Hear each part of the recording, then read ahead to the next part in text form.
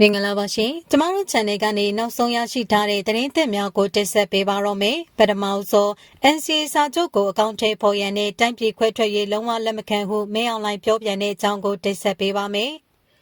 KNU CNF ABSDF အပါအဝင်တိုင်းရင်းသားဒေါ်လာရေးအဖွဲ့6ခုကစက်ကူစုပ်ဖြစ်သွားပြီဟုကြေညာထားသော NCA အပြည့်ရဲ့စာချုပ်ကိုအကောင့်ထဲပေါ်ရန်လက်မှတ်ထိုးထားသည့်အဖွဲ့များအလုံးပါဝင်ရမည်ဟုအကြမ်းဖက်မင်းအောင်လှိုင်ကပြောဆိုပြန်ပါတယ်။ယမန်နေ့နေပြည်တော်တွင် NCA 10နှစ်ပြည့်အခမ်းအနားလာတက်သောအပြည့်ရဲ့လက်နက်ကိုင်အချို့နှင့်တွေ့ဆုံစဉ်အကြမ်းဖက်မင်းအောင်လှိုင်ကထိုးထုတ်ပြောဆိုခြင်းဖြစ်ပါတယ်။တနိုင်ငံလုံးအပြည့်ခက်ရဲစဲရေး NCA စာချုပ်မှာရပ်ဆိုင်သွားပြီးစက်ကူစုပ်တစ်ခုဖြစ်ရောက်ရှိသွားပြီဖြစ်ကြောင်းကရင်မျိုးသားစီKNU ချင်းမျိုးသားတပ်ဦး CNF ပအို PNLO ABSDF NNSP နဲ့ NDU တော်လှန်ရေးတပ်များကအောက်တိုဘာ23ရက်နေ့တွင်စုပေါင်းထုတ်ပြန်ကြေညာထားတော်လဲမင်းအောင်လှိုင်က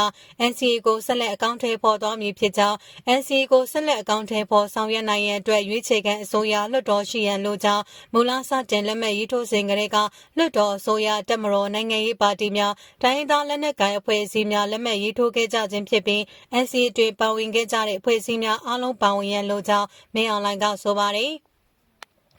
တိုင်းရင်းသားလက်နက်ကိုင်အဖွဲ့များအနေဖြင့်စစ်တပ်ကနိုင်ငံတော်တာဝန်ထမ်းဆောင်နေခြင်းဖြစ်တဲ့အတွက်ဆက်လက်ဆွေးနွေးဆောင်ရွက်မှုမရှိ၍ငြိမ်းချမ်းရေးလုပ်ငန်းစဉ်များနှောင့်နှေးခဲ့ကြောင်းရွေးကောက်ပွဲသည့်ငြိမ်းချမ်းရေးလုပ်ငန်းစဉ်အတွက်အရေးကြီးသည့်အခမ်းကဏ္ဍတွင်ပါဝင်သဖြင့်လွတ်လပ်ပြီးတရားမျှတသည့်ပါတီစုံဒီမိုကရေစီအထွေထွေရွေးကောက်ပွဲအောင်မြင်စွာကျင်းပပြုလုပ်နိုင်ရေးအဖက်ဖက်မှပူးပေါင်းပါဝင်ဆောင်ရွက်သွားကြရန်နှင့်ရွေးကောက်ပွဲကျင်းပပြုလုပ်ပြီးထွက်ပေါ်လာသည့်အစိုးရနှင့်အတူငြိမ်းချမ်းရေးလုပ်ငန်းစဉ်များ၌ဆက်လက်ပါဝင်ပူးပေါင်းဆောင်ရွက်သွားရန်မင်းအောင်လှိုင်ကဆိုပါတယ်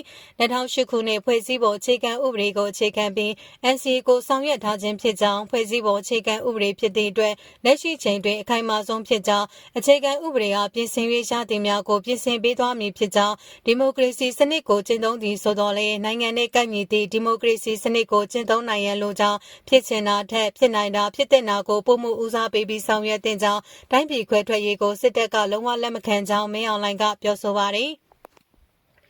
ကရင်မျိုးသားစီယုံ KNU ချင်းမျိုးသားတပ်ဦး CNF ပအို PNLO ABSDF NNSP နဲ့ NDU တော်လှန်ရေးတပ်၏အောက်တိုဘာလ23ရက်နေ့ထုတ်ပြန်ကြေညာချက်မှာအာဏာသိမ်းမှုသည် NCA စာချုပ်၏အနှစ်သာရအခြေခံမူများနှင့်ရည်မှန်းချက်များကိုပြောင်ပြောင်တင်းတင်းဖျက်ဆီးလိုက်ပြီးဖြစ်ပြီး NCA အကောင့်ထဲပေါ်မှုလုပ်ငန်းစဉ်လည်းရပ်ဆိုင်းသွားကစက်ကူစုပ်တစ်ခုအဖြစ်ကိုရောက်ရှိသွားစေကြောင်း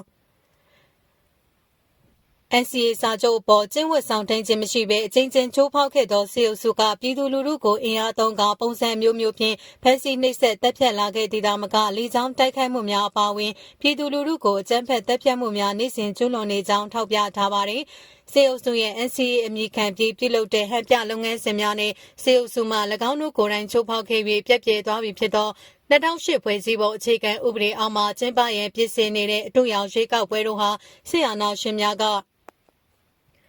နိုင်ငံကိုတသက်လုံးထိန်းချုပ်နိုင်ရေးတရားဝင်မှုရှိရန်ကြိုးပမ်းခြင်းသာဖြစ်ကြောင်းနိုင်ငံ၏အကြက်တဲနှင့်ပြည်သူလူထု၏ဆင်းရဲဒုက္ခများကိုဖြေရှင်းနိုင်မည်မဟုတ်ဘဲပဋိပက္ခများသာပို၍ရှင်းလျားစေမည်ဖြစ်ကြောင်းတိုင်းဒေသတော်လှန်ရေးတပ်ဖွဲ့6ခုကကြေညာထားတယ်လို့သိရပါဗျ